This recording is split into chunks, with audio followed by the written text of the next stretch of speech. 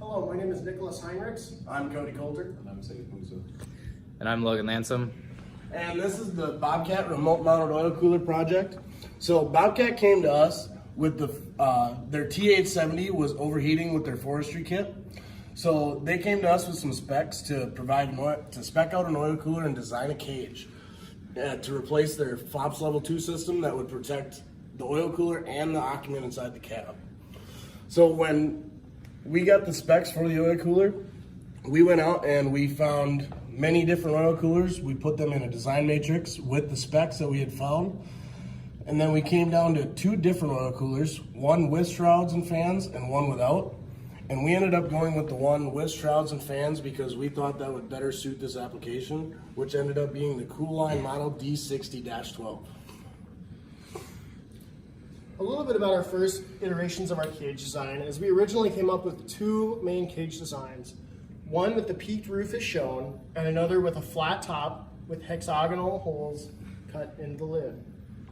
From there, we were able to do 2 types of testing, FEA and CFD, in order to make sure that we could not only get enough flow to efficiently and effectively cool the air, but also to make sure that our cage was strong enough to protect the occupant inside the cab.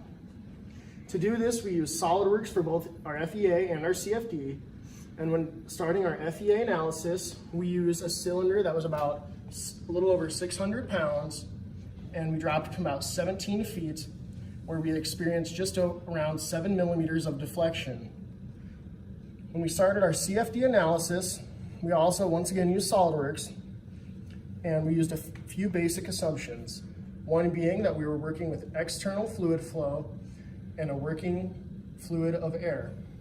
From here, since we couldn't retrieve an accurate model of our oil cooler to see how much air we were really pulling through our cooler, we were forced to trust the manufacturer specifications from the fans provided with our oil cooler to calculate how many CFD those are pulling through the cooler through a rectangular duct to calculate the airspeed that we needed to maintain through the cage.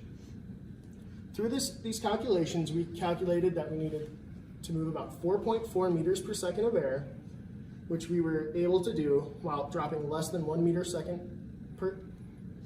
per second of air through the cooler as shown. And then cost-wise, we did some research on some competitor pricing, and we came up that the competitor pricing retail-wise is about $5,000 for a remote-mounted oil cooler like this. We ended up having our budget right around $1,950. And with that, we can say that Bobcat will be able to sell theirs at a very competitive price with all their competitors. Lastly, we'd like to give Bobcat a huge thank you, as well as extend that to our faculty here at SDSU for helping us out and guiding us along the way.